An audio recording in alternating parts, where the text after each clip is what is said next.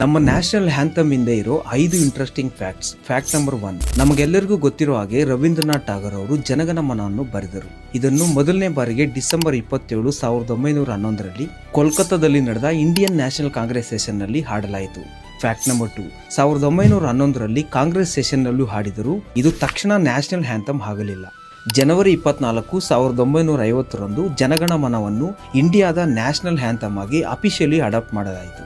Fact number 3. ನಾವು ಸಾಮಾನ್ಯವಾಗಿ ಕೇಳೋ ವರ್ಷನ್ ಮಾತ್ರ ಅಲ್ಲ, ಟಾಗೂರ್ ಅವರು ಒರಿಜಿನಲ್ ಕಾಂಪೋಸಿಷನ್ ನಲ್ಲಿ 5 ಪದ್ಯಗಳಿವೆ.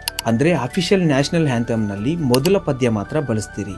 Fact number 4. ನ್ಯಾಷನಲ್ ಹ್ಯಾಂಥಮ್ ಮತ್ತು ನ್ಯಾಷನಲ್ ಸಾಂಗ್ ಒಂದೇ ಅಲ್ಲ. ಜನಗಣಮನ ನ್ಯಾಷನಲ್ ಹ್ಯಾಂಥಮ್, ಒಂದೇ ಮಾತರಂ ನ್ಯಾಷನಲ್ ಸಾಂಗ್. 1950ರಲ್ಲಿ ಒಂದೇ ಮಾತರಂಗೂ ಈಕ್ವಲ್ ಆನರ್ ನೀಡಲಾಯಿತು. Fact number 5. ಜನಗಣಮನ ಬರೆದ ರವೀಂದ್ರನಾಥ್ ಟಾಗೂರ್ ಇಂಡಿಯಾ ಮಾತ್ರ ಅಲ್ಲ, ಬಾಂಗ್ಲಾದೇಶ್ ನ್ಯಾಷನಲ್ ಹ್ಯಾಂಥಮ್ ಅಮರ್ ಸೋನಾರ್ ಬಾಂಗ್ಲಾ ಕೂಡ ರಚಿಸಿದ್ದಾರೆ. ಒಬ್ಬನೇ ಫೈಟ್, 2 ದೇಶಗಳ ನ್ಯಾಷನಲ್ ಹ್ಯಾಂಥಮ್.